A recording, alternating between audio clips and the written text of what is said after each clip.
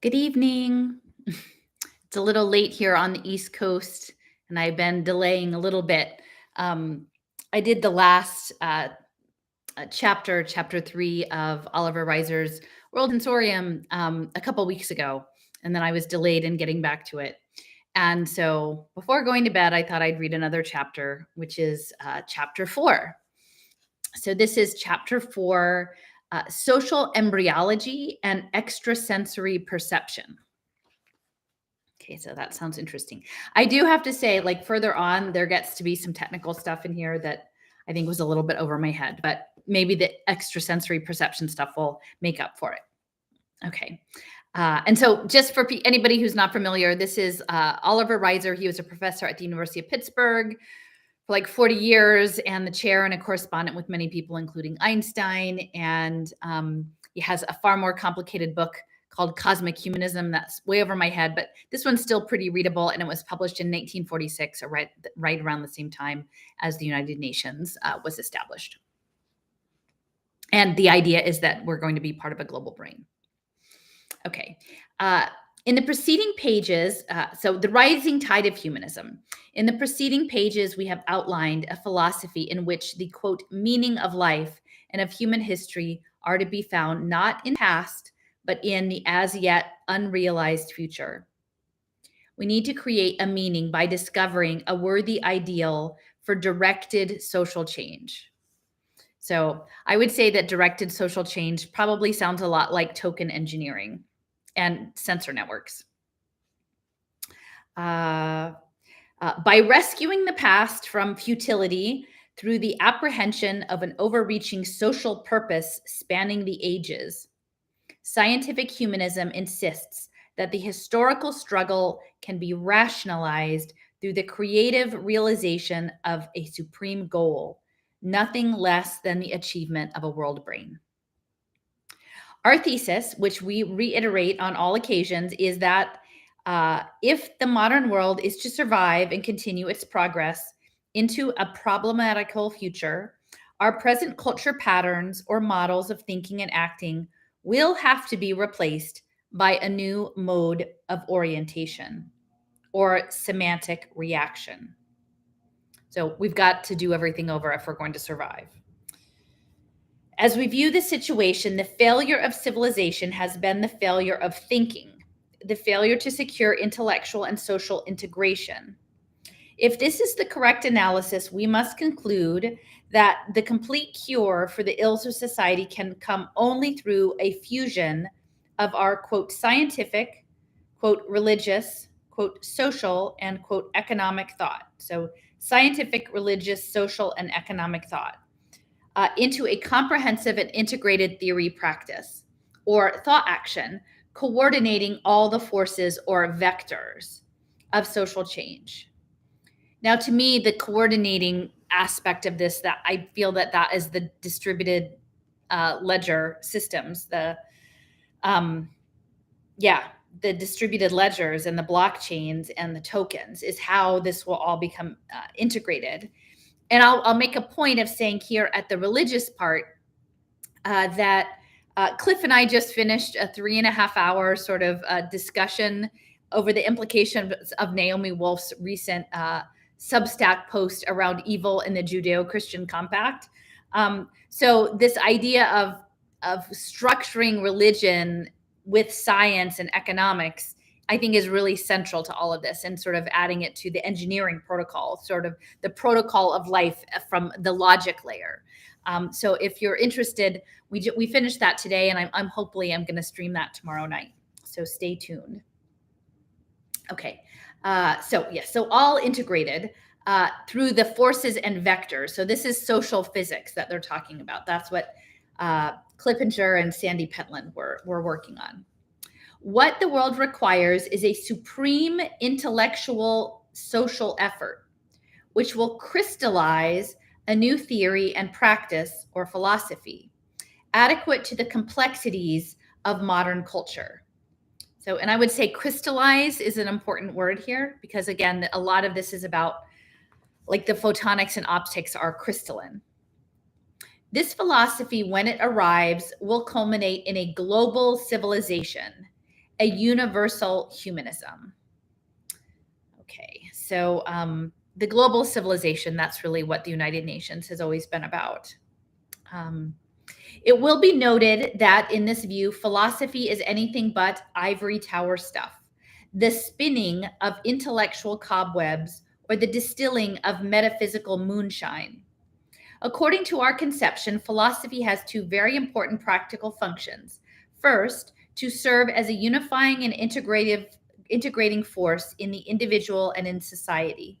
Just as one's personal philosophy should enable one to harmonize his otherwise conflicting impulses and interests, so a social philosophy should aim at securing social harmony between groups, races, cultures, nations, and the like. This wholeness seeking function is what we mean by the notion of philosophy as a cultural universalizer. The second function of philosophy is to formulate tentative programs of social action, which are then to be tested out concretely in the workaday world of facts. We hold that the proper relation between the ideas of a culture and the world of action is one in which the two are well integrated, where there is coherence and unity of theory and practice, thought and action, in the sense that what is going on in the fields of science, politics, morals, technology, and so on, have an organic relation to each other. There is interaction and mutual influence working back and forth. A philosophy should express the unified aims and ideals of a person or people. If there is no connection between the professed ideals and what actually happens and is done, there is an ethical dualism, a sham, and a hypocrisy, a cultural schizophrenia. The inner motives and the outer forms do not harmonize. This has long been the curse of a sick and degenerate world. Our conception of the two functions of philosophy can be combined into one formulation in the statement that philosophy is a technique for mobilizing and coordinating our energies for intelligent action. So philosophy being a technique to mobilize and coordinate. And I would say a lot of this work around complex adaptive systems is about coordinating and intelligent, right? So this commits us to the conclusion that philosophy is now more important than it ever has been at any time in the past. Philosophy today must therefore function as never before in bringing the world out of its present difficulties and thus salvaging civilization from impending disaster. And so it's interesting to sort of think about, like, again, all of these changes must happen in the face of calamity. And, actually, this book was 1946, so it was right after we had dropped the bombs on Japan. So there was that level of catastrophe in the beginnings of the Cold War that they knew would be the buildup. And then by the 1970s, it became the limits to growth narrative that has turned into the circular economy, the cybernetic circular economy of sustainability. But everything has to be accomplished. Otherwise, the Earth will cease to exist. All of life on Earth will die, and that's the narrative as it's always been. It's a threat that if we have to go along, or we're all done for.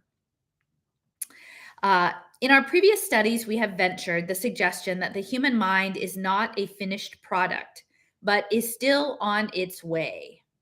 We have argued that our human modes of understanding and of reasoning are a product of biological and social evolution, a process not yet complete.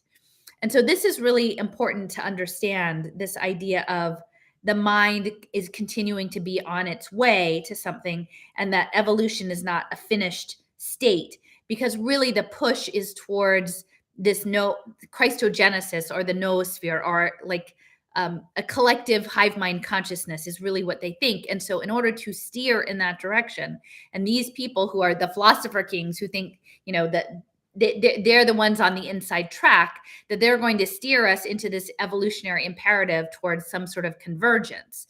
And again, Julian Huxley was very close with Teilhard de Chardin and this idea of the noosphere, and then Oliver Reiser was also in this milieu. So we can imagine that this synthetic telepathy, or brain computer interfaces, or what have you, really comes directly out of this I'm not saying exclusively, but it dates easily to this 1946 document, because they were imagining that evolution would continue, only it was no longer Well, I mean, I guess probably the sterilization laws were still going pretty strong in 1946.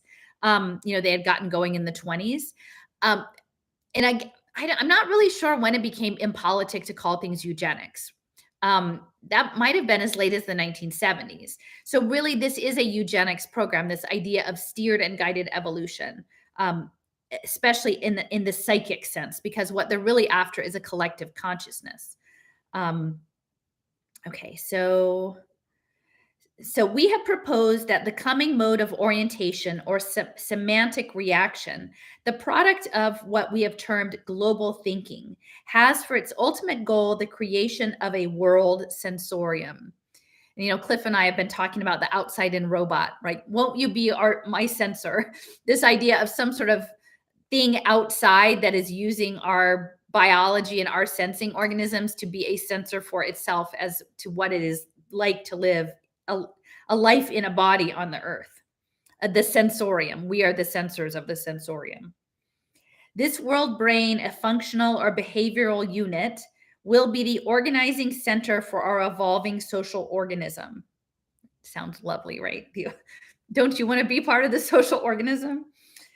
The world brain, the specific organ of the new civilization, will function as the superneural social structure, synthesizing the reactions of mankind so as to give us a coordinated intellectual, political, and economic administration.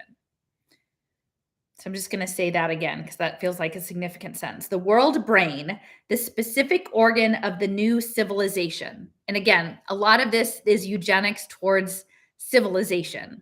And, in part of the conversation Cliff and I were having today, sort of dissecting this conversation about evil and the Judeo-Christian covenant with God and Puritanism and other things, is that like the West has been blessed by God, and this is something that was sort of asserted in the Substack post by Naomi Wolf. Like that was her narrative. And like nothing had ever gone really that wrong until 2020. And then it all went crazy and she doesn't understand why. But I'm like, no, this actually goes way back. And at least as far as 1946, they were imagining this as a civilizing process.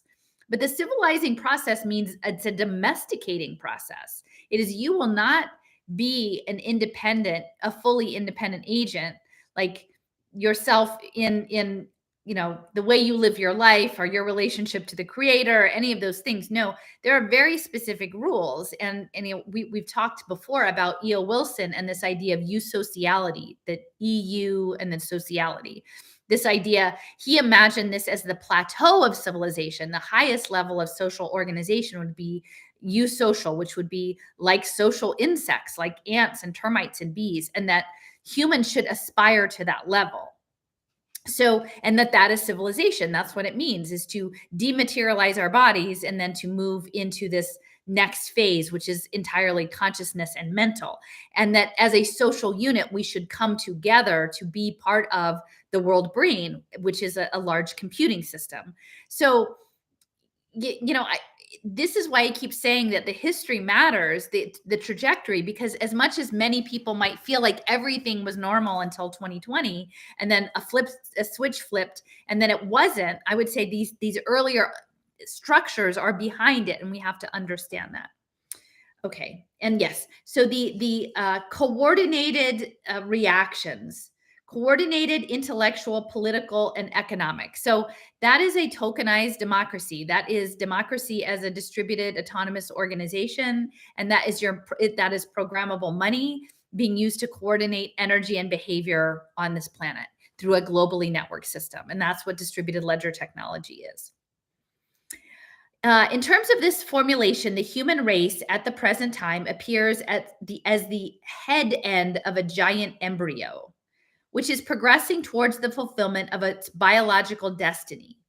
The fabrication of a spiral of history, and then we've got the spiral again, the integral theory, spiral of history, which not only unites space, but condenses time into a curved, and I'm going to have a hard time with pronouncing this, Riemannian, maybe Reimannian, Riemannian manifold, a space-time continuum of psychic interactions. Okay, so this is the psychic part.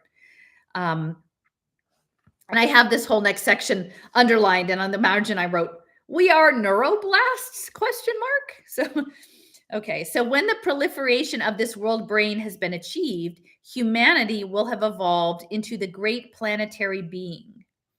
Accordingly, present day extrasensory perception, flickering and fitful as it appears as the precursor of the circulatory processes of such a being.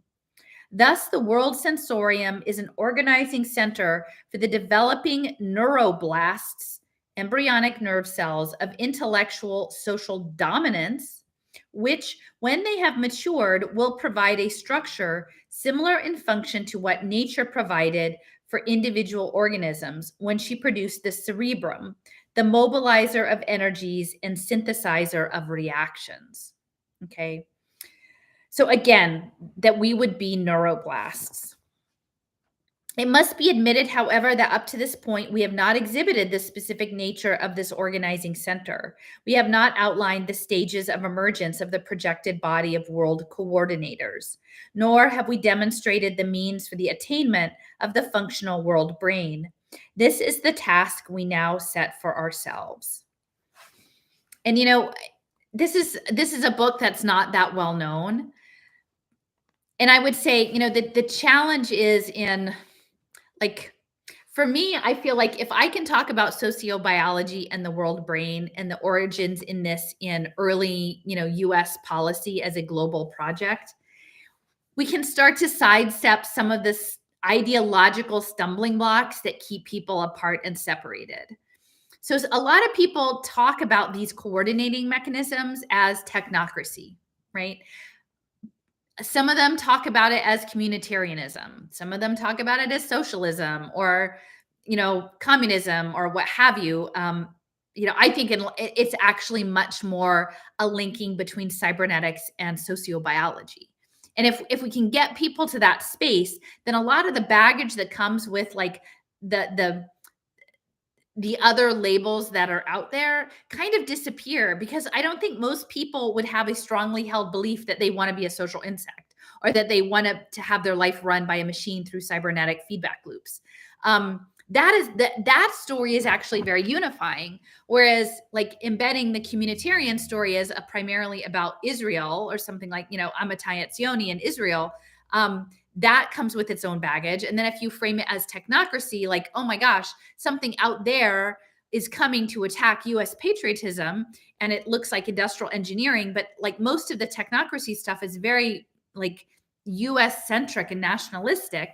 If we can get to the point that we're talking about a world brain, a global, like an evolutionary program towards global supercomputing that uses us as biocomputers and social insects, and that's very clearly demonstrated, all of the scientific research that's come at least since the Second World War in that direction, I think it would bring people together. And even though it might be kind of difficult to say, hey, like this is about the ant computer, I feel like the ant computer actually, like, if you have a curious mind, is a lot more interesting than sort of framing something strictly as an economic policy or a political ideology or a social ideology that exists outside of machine consciousness, because to me, this is very much about the machine. Okay. It must be admitted, however, that up to this point, we have not exhibited the specific nature of this organizing center. We have not outlined the stages of emergence of the projected body of world coordinators, nor have we demonstrated the means for the attainment of the functional world brain. This is the task we have now set for ourselves. As we have envisaged the situation, planetism and global thinking are pre-monetary forms of the coming world orientation. They are manifestations of the growing Earth consciousness of the human race as it moves on towards higher cephalization. And that comes up a lot, the cephalization part. And it's interesting because actually Deepti shared with me a podcast that was a lot about octopi, and it came up in this podcast that there's a lot of interest in octopi at this point.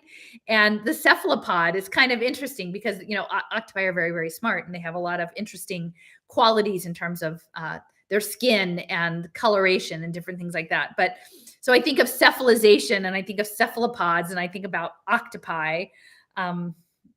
Anyway, but like, yeah, they imagine us as just a giant head without a body because the ultimate goal is that we don't have a body. We just have like the head. Okay. As a form of consciousness, globalism indicates the ever expanding vision of our world, our Earth organism. But how is the scientific humanism helping to bring it into being, the object of worship of this spiritualized, humanized science of the future? The consideration of these questions is the task we can no longer postpone. So, this is section 2, a pioneer scientist. Since my own theory of the developing Earth organism has been so profoundly affected by the doctrine advocated by Dr. C. Hilton Rice, it is appropriate, first of all, that I state the views of Dr. Rice as they had matured up to the time of his unexpected death. Following this, I shall select what is needed for the exposition of my own view, outlining a theory which, at some points, is at variance with the parallel speculations of Dr. Rice. Because of the intimate nature of our associations and the mutual interactions of our theories as they developed over a period of several years, a few biographical details concerning Dr. Rice are pertinent. My first contact with Dr. Rice came in the summer of the year 1935. I had previously been in communication with Dr. J.B. Rhine in connection with the research on extrasensory perception, ESP, being conducted at Duke University. And it was through Dr. Rhine that correspondence between Dr. Rice and myself was started, a correspondence which was only terminated by death in May 1937.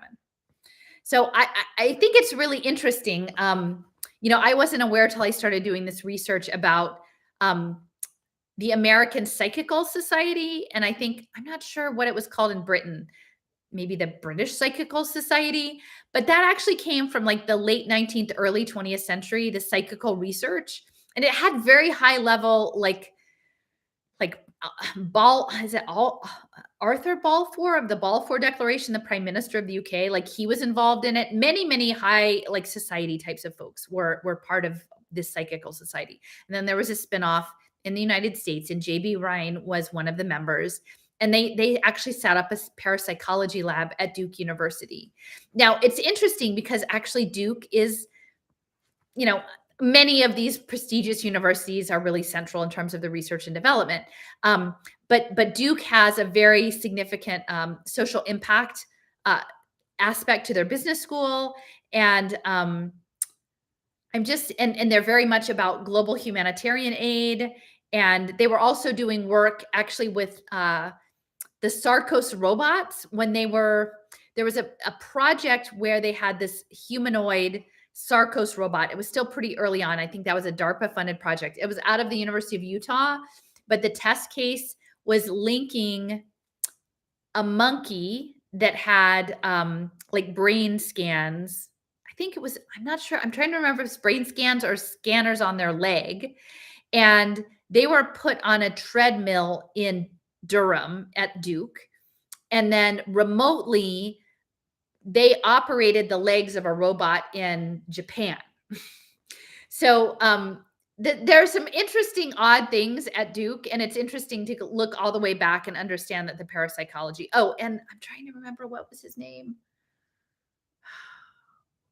One of the long trustees at Duke. He was the person who was setting up the setting up the impact finance markets. And I'm spacing out his name now. Just forget I said anything. But yes, so C. Hilton Rice, and he was connected with J.B. Rhine at Duke in parapsychology. And then he died. So Reiser is writing this up posthumously. This is 10 years after, more or less, after Rice's death. I soon learned that Dr. Rice was working on the manuscript of a book which he hoped someday to publish under the title The Visible Organism. Dr. Rice accepted my offer to read his manuscript and make up suggestions, and this led to further correspondence in which Dr. Rice expounded his views in the form of letters. And the fact that Dr. Rice's death occurred before he could complete and publish his work may not be the tragedy it could have been, for it turns out that the presentation of his view in his letters to me stands as a more vital and interesting expression than he succeeded in attaining in the manuscript itself. So while these letters progressively revealed the development of his thought as it moved onward, they lack some of the minute detail of the factual material the book itself would have supplied. This, however, is not altogether regrettable, since for Dr. Rice, the putting of his vision was the one thing he was most concerned with. So they had this correspondent. The book didn't happen, but they still have the letters. After the initial literary contact with Dr. Rice, it was my pleasure later to meet him personally and establish a more intimate friendship. Our first meeting took place at Duke University, where Dr. Ryan sponsored a symposium on ESP research and interpretation. Here, along with Dr. William McDougall and others, discussions of the meaning of the work being done at the parapsychology lab were carried on. I soon learned to respect Dr. Rice as an able and fearless inquirer. As time went on, more and more of the content of Dr. Rice's theorizing entered into the context of my own thinking. It was therefore with a considerable shock to be informed without any previous warning of the sudden death of Dr. Rice in his office at the age of 56 years. His trusted friend of more than 20 years, Mr. Grover C. Hall, then editor of the Montgomery Advertiser, wrote an appreciation of Dr. Rice, from which I quote the following paragraphs. Not all great men are generally known to be great before they are cut down. In some instances, only a narrowed circle of friends are aware of the leaping fires that blaze within the house of a spirit that is outwardly familiar and simple, and so unsuspected of being host and temple to numerous splendors. For the great sometimes die before their work is finished, and so before the world has had its chance to fix their place in human memory. Naturally, it is not easy to appraise the scope and significance of a man who has gone to sleep before the work of his day is done.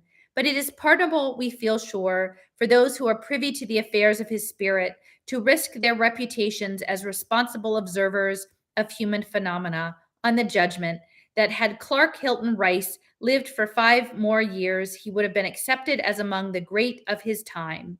At least this writer ventures the statement as his own considered opinion. For 24 years, we in Montgomery had generally known Dr. Rice as the wise, prudent, and sympathetic physician, the master of children's diseases. In more recent years, we had known him as the amazing practical psychologist in the treatment of certain nervous disorders, not only of children, but of adults. We who were close to him knew that the admiration which, as a psychotherapist, he commanded among his professional colleagues encouraged him to hope that in due time he might abandon pediatrics, that is to say, work among the babies and children, and devote his professional hours and skill to reconditioning many types of disordered nervous systems. We knew that he was primarily concerned with the mystery, the majesty, and the beauty of the human mind. He was tremendously impressed with the grief, the pain, and the misery that the mind was responsible for. He realized that his personality and his intuition lent themselves readily to this type of practice, a gift denied to many physicians. We knew that there was no aspect of the mind he did not think deserved the best thought and attention of all physicians, all students, all philosophers, and we knew that for the last year he was attached to the staff of a great Southern university whose Department of Psychology desired him to conduct systematic research in the subject of extrasensory perception, otherwise clairvoyance and telepathy. Dr. Rice was no mystic, however spiritual he may have been, but he was essentially scientific in preference, will, and training. He was partial to the provable and reasonable inference. He was convinced by his own experiments that image transference was a demonstrable fact, and that at his death was patiently engaged in writing the final report of his studies. In his report, he had advanced a theory that image transference was a purely physical phenomenon and so authentic and dependable. This study, however, was purely incidental with him. However zealously he may have labored here, the subject was not of primary concern to him. When the call came, he was hurrying through his report and looking forward to the hour when he might return to the study and exposition of a greater theory that had gripped him for a quarter of a century. Such are the brief facts about a man whose best work never during his own life received the recognition of it. During his life, Dr. Rice published only one fairly complete statement of his view.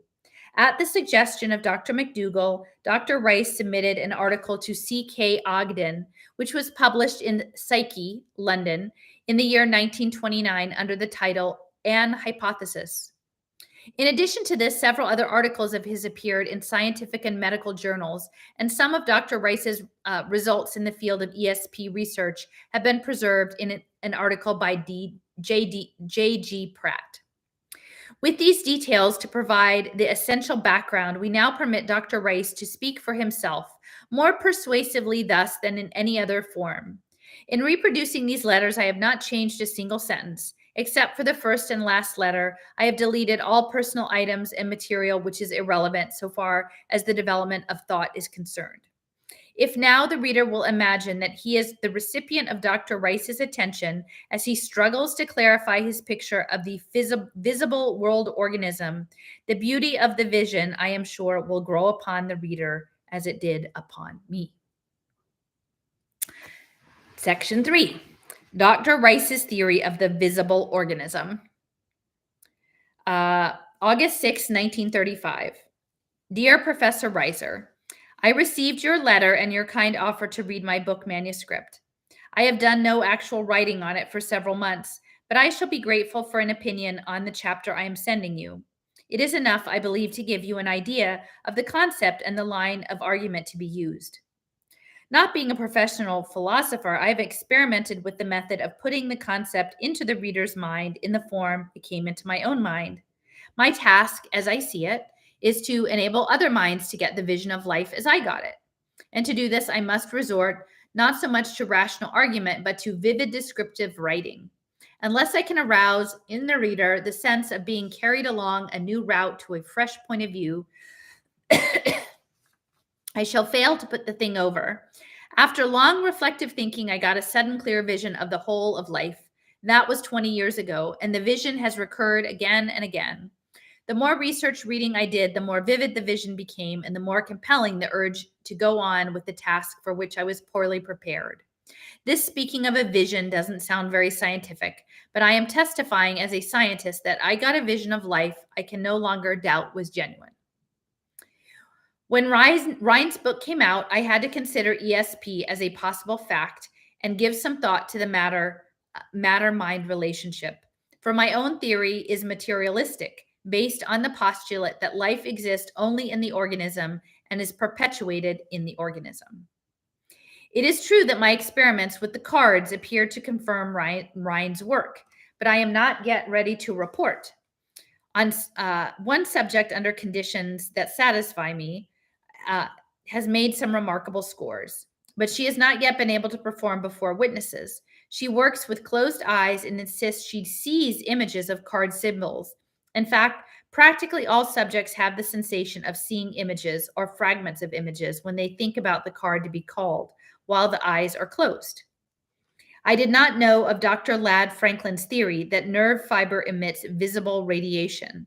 I am not sure about the nature of the light, but I have certainly experienced the sensation of seeing card images by flashes of light in the eye. In fact, most subjects, if given pencil and paper, will draw the images they see. At present, I am working out a theory that is much more complete than the version sent to Rhine. However, the psychical field is dangerous territory, and I am going cautiously. I am inclined to accept ESP as but feeble and uncertain flashes, mere imitations of potential powers yet to be realized. I am quite certain that it is related to brain structure, and that evolution is not through with the development of the human brain. If my theory that our system of life is a single huge organism is true, then man is a god in embryo, a material person with the potential psychic powers he has assigned to God. And this is the next letter, August 16th, 1935. I am very interested in the two papers you sent me, for I am beginning to get your viewpoint more clearly. I like your concept of energy as the soul of the matter, but I am inclined to go further, and I think of light being transformed into a psychic essence. I hope to send you shortly on paper the sun-planet-organism hookup, which may make clear what I mean. I see the organism as the medium in which the transformation occurs, and I think of mind as existing as psychic centers of control throughout the universe. Since the transformation must be continuous, it is the group mind that is perpetuated for the real organism. perpetuated. For the real organism, it is the whole organic kingdom and not the individual man. From this point of view, there is no separation of psyche from soma. In regard to eidetic imagery, I have read none of the literature except the short article in the Encyclopedia Britannica. I am glad you called my attention to it, for I am dallying with the theory that our sense centers are two-way mechanisms that register impressions both from end organs and from the cortex. How, for example, does a child in night terrors see objects that have no reality? His wide staring eyes show plainly that the object is registered in the sight center and projected outward by a reversal of the mechanism of distance perceptors. Apparently, a part of the cortex in the sleeping state is sending impulses to the cells in the visual center, and these impulses are translated into images of things seen and then transmitted to the retina. In eidetic imagery, the phenomenon occurs in the waking state, the mechanism being the same in both cases. In short, it looks very much as though the visual center may respond both to sensory and non-sensory stimuli, the one from without and the other from within. In ESP, the sensory centers may act as receptor, or more likely, some cells of the cortex may act as a receptor and flash impulses to the visual center. Third letter, October 31st, 1935. I like your book on philosophy and the concepts of modern science immensely, so much that I feel grateful to you for having written it. Except for Bergson's creative evolution, philosophy has been dull reading for me, chiefly because, as William James put it, few philosophers have vision. Your book shows not only genuine vision, but you have the rare quality described in terms of your theory of transforming light into a sweeping searchlight of visual perception, so that other minds may see what they could not see before. It is a curious phenomenon how individual minds, interconnected by sensory channels, may be stimulated by a transmission of symbols into a visual response to the mental vision of another mind. Though your viewpoint is somewhat different from mine because of differences in training and because you have a mind for the subtleties of mathematical logic, while I have not, I had no sooner begun reading your work than I experienced a sense of seeing through your mind's eye, what you in turn were seeing through the composite eye of science and philosophy. All of this is a way of saying that you not only have vision, but also that other quality of putting words together so that they carry their own light. Time and time again, I paused at some sentence or paragraph to admire its beautiful clarity. Oftentimes, a well-chosen word or metaphor will make instantly clear what pages of words have obscured. For example, page 17, quote, with X-ray analysis, science sees through the warm personality of nature only the skeletal outlines of a ghostly world of masses in motion. Nature is no longer dressed up, therefore she is not going anywhere, unquote. And again on page 188, quote, the reality of vision leads us to visions of reality, unquote. And on page 204, quote, in order that the light from within may meet the light from without, unquote. On page 277, you gave me in a single paragraph an instant insight into the doctrine of emergent evolution without having to wade through the literature you quote. In fact, I have steered clear of these particular metaphysical speculations for the reason I see the emerging gestalt as an organism in process of development of the plan of the chick and the egg. Seeing the whole system of life as an organism, it follows that whatever evidence I may have to offer will be evidence also for the truth of emergent evolution, Gestalt theory, and humanism. Not until the organismic theory has been established as a rational generalization, however, can we have the basis for a sound social science, the objectives of which will include all those you list in your doctrine of humanism. The more I observe the human organism and the more I contemplate the living cell, the more certain I am that the physicist has missed something that continually slips through his analysis. I cannot read your book and believe that you account for your own mind in terms of the properties of light. I believe the trouble comes from the awe in which the scientific mind holds the terrific display of energy in stars and atoms. In this immense domain ruled by physical law, the organism appears a pitiably fragile thing. But we forget that life itself is indestructible. At least it never could have survived had not the very perfection of a sun-planet mechanism guaranteed its security through eons of time. Perhaps all this is futile theorizing, but I have written it out because, from the viewpoint of theoretical physics, you appear to come very close to the point of transmutation of light into life and consciousness. I could not possibly find my way through the maze of mathematical reasoning by which you arrived at the brain-mind nexus, but I have watched you closely, and you never step outside the bounds of the physical for an explanation. I agree with you that, page 187, you suggest a possible explanation for telepathy, but it fails to explain the clairvoyant aspect of ESP. In the beginning of this letter, I said that your book had been a decided stimulus to my own thought. And this is not mere flattery, for in your discussion of the mechanism of vision, there came the sudden suggestion of the possibility of another kind of vision. That is why I have been so long in writing you. It seems I may have a working hypothesis in explanation of ESP. I shall give you a brief statement of the theory. With our sensory perceptor, we look out at the universe and bless the light that illuminates the physical world. The truth is that we see but little, for moving objects quickly diminish in size and fade into the distance or disappear over the horizon. The nearby planets are indistinct objects shining by reflected light. Beyond the planets, we cannot see the stars for the light they give off. We cannot see with too much light, and we cannot see with too little. To sensory perception, the cosmos consists of masses of matter moving through a sea of their own diffusion, like melting icebergs in a sea of water. Hence, the cosmos is fogged with light that both gives and obscures vision. Now, suppose we think of another kind of eye, not limited by the physical laws of optics, that can see directly through the ether, as though the light of fog suddenly had vanished and all was clear. A psychic eye looking through a psychic ether, as it were, and seeing everything everywhere in space and time. That there is such an eye is the belief of race, and that means, that there is such an eye is the belief of the race, and that man yearns for such a vision is a fact. In truth, all creative thinking is a striving to see beyond the range of sensory perception. Out of a specific order of nature, the mind of man emerged from the unconscious to the conscious. All mind is of common stuff, as if there is a cosmic mind, and then the developing mind of man should be related to that mind as the dim mind of the maturing embryo is related to the mind of its parents.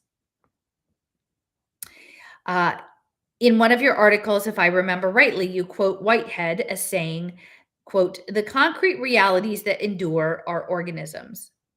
He is taking the organismic view of nature and includes atoms and molecules as organisms. To expand the term organism to embrace atoms and molecules explains nothing to me. As I see it, we get much nearer the truth if we say that the concrete reality that endures is the system of organisms. And hence the mind that endures is the group mind. In this living whole, we have the real body, mind, organism, a visible entity that we can get our hands on, as it were. And here we have the warm personality that surrounds and contains us, and which never could be seen through X-ray analysis. Here inside a planet is a person, the laws of whose being are the laws that govern us. If the organismic theory be true, man is an embryonic God, and our individual brains are the differentiating neuroblasts of a giant brain. In the individual cortex, there are more than, 9 billion, maybe. There's a lot of zeros, neurones. And in the mass brain, there are already more than 2 billion neuroblasts, individual brains. Therefore, it is not surprising that the maturing embryo should have begun to show evidence of the very attributes he assigned to his gods. That is, the evidence of the development of psychic powers in startling and controlled flashes of perception by a mode other than sensory. ESP implies an extrasensory perception.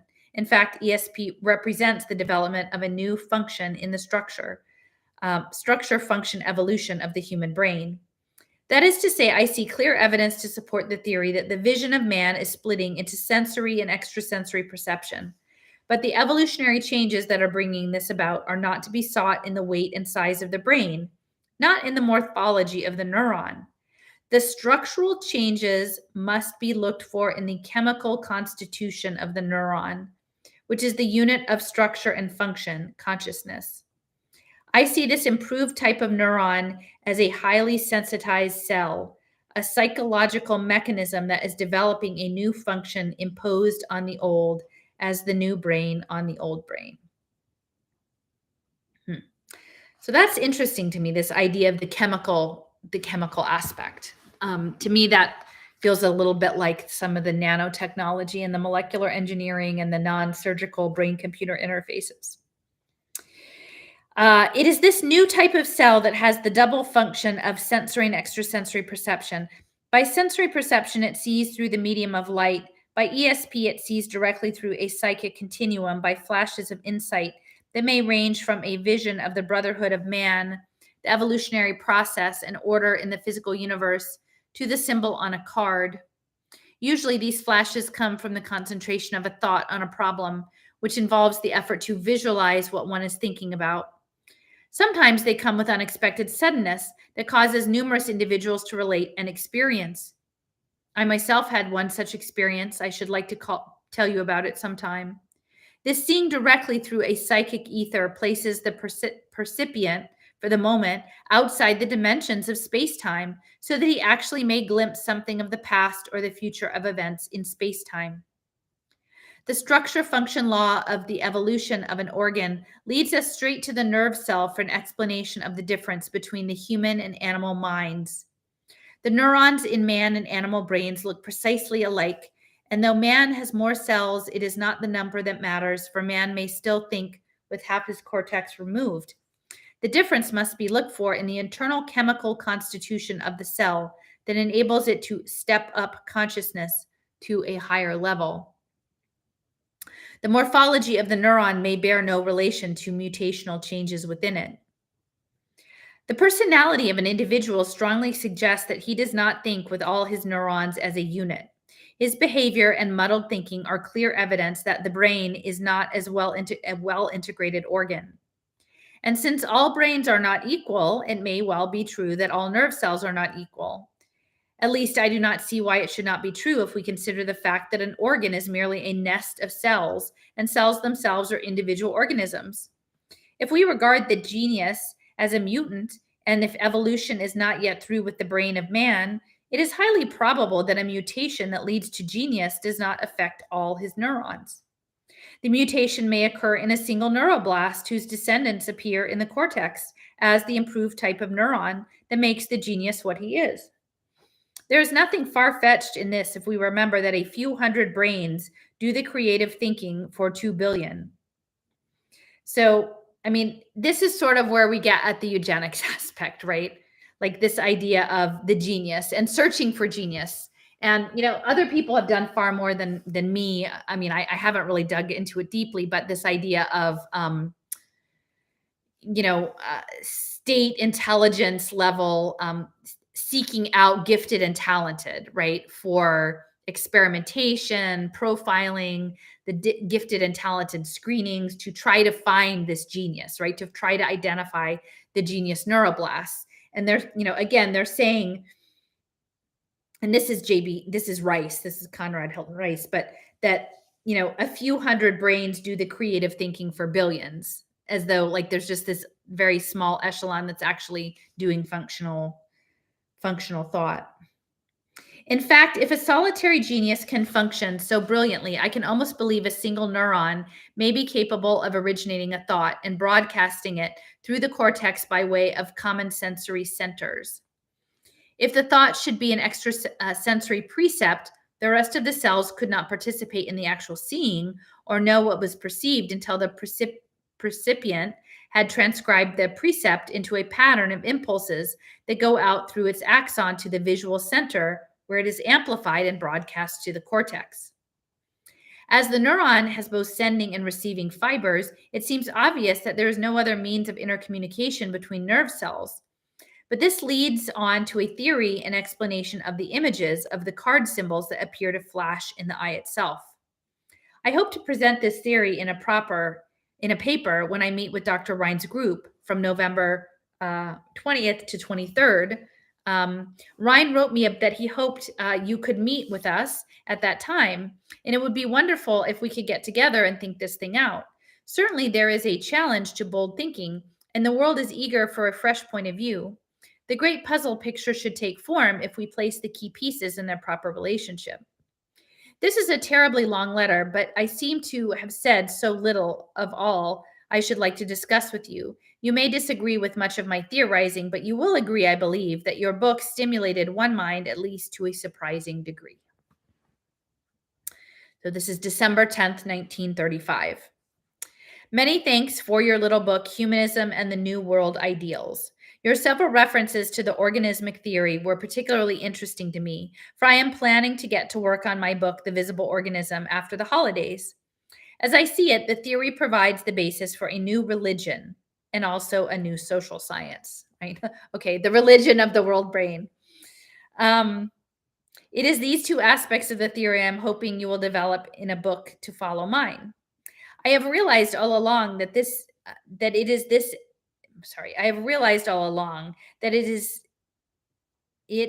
the evidence on the biological side that is needed to put the concept over. That is, biologists must be shown that the organic kingdom evolved like an organism and functions like an organism. The difficulty, of course, is to crowd the whole picture into the mind, for only by getting a mental moving picture of the whole can the organism be seen. It requires a little time, for example, to see that the plant and the animal divisions are in functional opposition, precisely like the two layers of the gastrula. It takes more time to begin to see that the two-part whole feeds itself precisely like an organism, and its metabolic processes are actually physiological. It takes still more time to see that the human race is the differentiating brain of the organism, in which our individual brains are the neuroblasts in the giant brain. Hence, these neuroblasts are by no means the perfect neurons they will evolve to be. Once the mind gets used to the picture, it becomes clear that the whole course of evolution represents the predetermined development of a single huge organism on the plan of the egg. That is, the first cell carries within itself the genes for the development of all types of plants and animals that function as tissues and organs. Therefore, the organic kingdom is not a crazy quilt pattern of species or aimless lines of life, but a coordinated whole in which every type of organism functions to preserve the whole.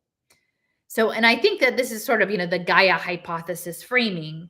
And this idea of the interdependency, while I don't dispute it, I think the zero-sum nature of all of it is what leads into the cybernetics. Like, the Earth has been doing this, the life on Earth has been proceeding for eons, right? But they want to get control of the levers to move us toward, to quicken evolution, as Huxley said, we're the sole heirs to evolutionary progress, and as much as possible, as fast as possible.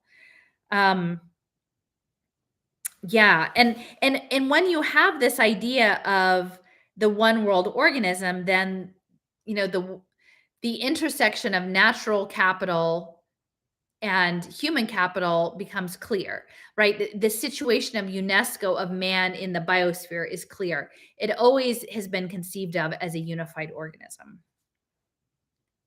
Okay. Back to the book. To me, the immense value of the organismic theory is that it gives me an insight into the phenomenon I see all about me. I get a sweeping vision of the past and the future, for the history of the race is but the account of the differentiating units of the giant forebrain. Social unrest is inevitable so long as this process of differentiation continues, for there can be no stability until embryonic maturity is reached. So again, pointing out the social instability is the driving force of the differentiation. And that's something that Cliff and I talked about today, this idea of instability and uncertainty and amplified emotional engagement, stress engagement, that I feel like the people who imagine that this is the course of action that's being taken are using networked social media, digital life to enact ongoing sort of catastrophic shockwaves to keep people in the social unrest moment, because the disequilibrium is what creates the energy to move everything forward. Okay. But the embryo is approaching maturity and has called himself man. And man is not merely the human race, he is the entire organic kingdom. He is God in embryo, a body mind person developing inside an organized mass of matter that has nurtured him from the single cell stage. It was this picture I had in mind when I spoke at Duke of the neuron as the unit of the structure function evolution of the brain, and argued that we cannot account for genius or ESP save by postulating the development of an improved type of brain cell. We cannot explain either by assuming neurons themselves have remained unchanged and man superior to the animals because he has more and better organized neurons. Something went into man that made him the developing conscious center of control of the whole. The brain is the organ of mind, and an organ is merely a nest of cells, and the nest itself is being built by the cells. And now, if a structure function change is to occur in an organ, the change or mutation must take place in the cells themselves. Though I have no proof to offer, I am quite sure that such a mutation must occur first in a few cells, and then in successive generations, more and more cells, until the whole organ has developed the new function. From this viewpoint, I can see how the human brain may continue to develop in the course of evolution by some subtle changes in the chemical constitution of the neurons. And by the same reasoning, I can account for ESP as the new function that goes hand in hand with the changes in structure, so that telepathy and clairvoyance are but feeble illuminations of tremendous psychic powers yet to be realized. Just going to see how much we got. This is a long one. I might be able to get through this whole chapter. Wow, guys, this is a lot. All right.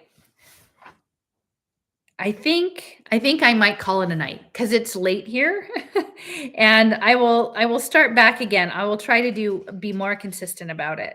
But I'm going to pause here with the ESP stuff and go on and on, because clearly Reiser, I didn't remember how much of this book was dedicated to Conrad Hilton Rice. But I do want to actually look him up, because some of the work that I was looking into around this flow enterprise, I was revisiting new urbanism, this idea of new urbanism and seaside, which is on the Gulf Coast. And the guy, and it was in the Truman Show, it was the backdrop of the Truman Show.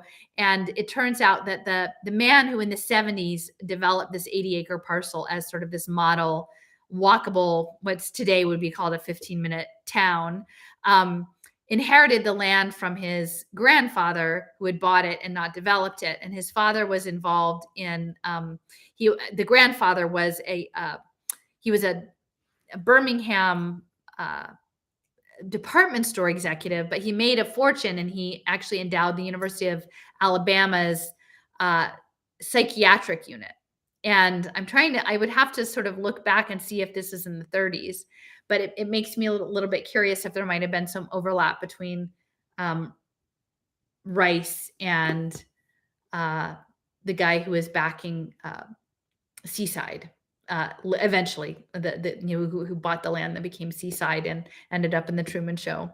So, and talk about questions about reality and perception. So anyway, thanks for joining me tonight, and I'll try to stick with it a little bit more consistently, everybody. Good night.